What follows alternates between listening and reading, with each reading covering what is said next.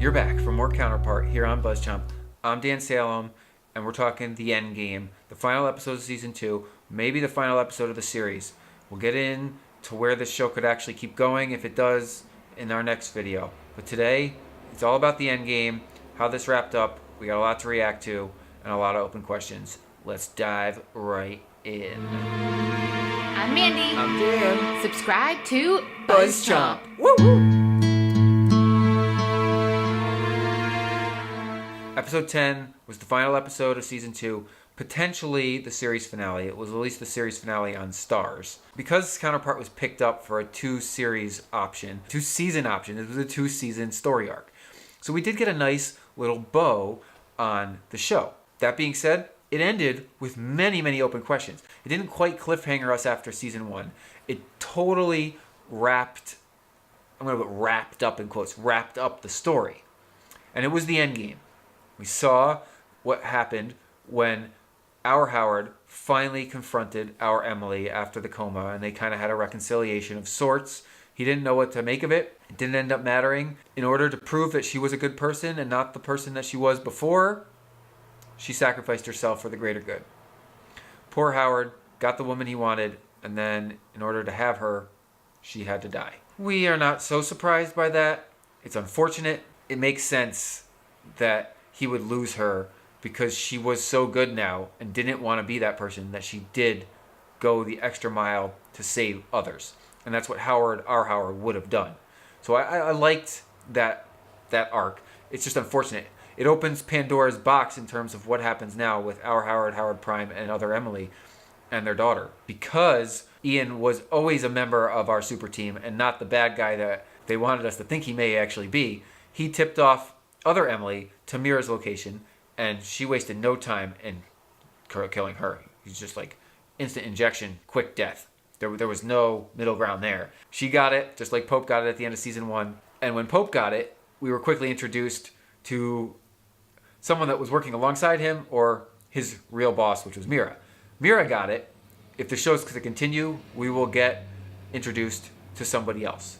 It's inevitable. I'm going to save these thoughts for my next video, where I'm going to break down the 5-10 reasons why we need to have more Counterpart, because they're open questions and the show must go on.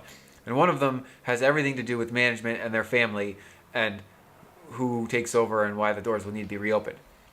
But Mira got the doors closed. And some may argue, well, that's not such a bad thing. She killed all of management. She ended the experiment. Yet that wasn't good enough, because she wanted to drop a grenade on our side. There was one more person that they did not know about, and that was Yannick. Other Yannick, not the Mira we know's father, but the father of our side's Mira. Our side's Yannick, the one that was in jail for all those years for killing his own self on their side. We saw him drop dead. It was pretty obvious to me that he has the flu, and therefore the flu was successfully released on our side. And talk about an open question bombshell of what happens to him as he's in the middle of a park just dead. Whoa, right? Whoa. So Mira died, yet her end game succeeded because she always had contingencies. That was kind of her genius. She always had contingencies. If one thing doesn't work, she has a backup plan to make sure the ultimate thing succeeds. I called out that there would be a super team, and every single member worked together in the end to win. Baldwin and Howard Prime went home at the end. All's well that ends well. And like I said, our Emily bit the bullet. Other Emily stopped Mira. Our Howard proved that he was still good, but not killing Howard Prime. And then Howard Prime was able to stop the flu. Ian redeemed himself by helping other Emily. Baldwin redeemed herself by just being on the side of good. Claire redeemed herself by stopping Spencer and ultimately leading to the discovery of where the flu is to stop the flu. And Peter was gifted his job back because of course he was, and now Claire's going to be on the inside. The fact of the matter is, inside against who? The litany of open questions based on how the nice bow was tied on this 2-season arc is just, it's a laundry list, which is why it needs its own video. But question number 1, who's management? We'll get, like I said, I'm going to do another video on this. I have to, because I don't want the show to end. If this was the series finale, we'll talk about this for a second, because the other video is going to be why we need to save it and the open questions that need answering. If this was the series finale, we had a really nice 2-season story arc.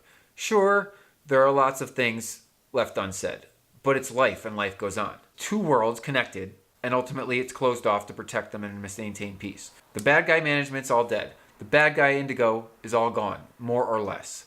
Yes, there's like I said, there's a lot of open questions. There's a lot of open terrorism plot hole. Like Howard became a better person. Howard Prime became a better person. The Emilys became better people. Everyone kind of met in the middle, and they reconciled with this two worlds, one entity dilemma. And I gotta commend them for really packaging this 2-season story very, very well. Now, my personal opinion, it definitely needs another 2-season story arc. This is too good, too interesting to let die. But if it was the series finale, I feel satisfied. I don't feel like it fell flat. It was a planned 2-season story arc, so it's not like we were left with a major cliffhanger that will never get resolved. What is left for Howard? I feel like you want to feel bad for him, and I guess that's the thing, but like, because now he lost his love, who proved that she was the good person he really wanted to be married to. The a-hole Howard has the girl and the daughter. The nice Howard has nothing. Everyone always like nice guys finish last. Well, I guess that's kind of the case in this story, because the good Howard, our Howard, who was the good person, doesn't have anything. Who's he got left? Peter?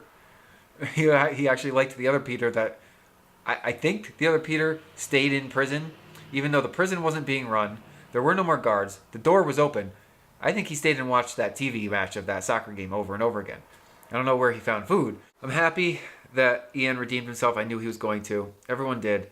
I mean, all the bad guys are dead, and all the good guys kind of won, except for our Howard, who was the main protagonist and ended up getting egg on his shirt and spit in his face. But that's kind of how the show started. The whole thing went full circle. Like I said, brilliantly written 2-season story arc.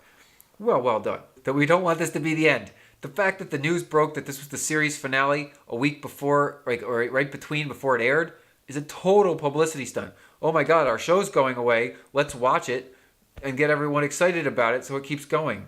But we do want more Counterpart. I'm Dan Salem. Subscribe to the BuzzChomp YouTube channel for more great TV reaction, listicle, commentary, what have you, videos every week. Comment below.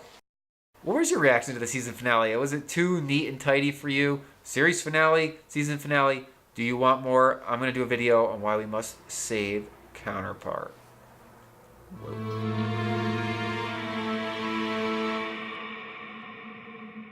Thanks for watching BuzzChomp. Subscribe and share. Subscribe and share. Subscribe and share. Share. Woo!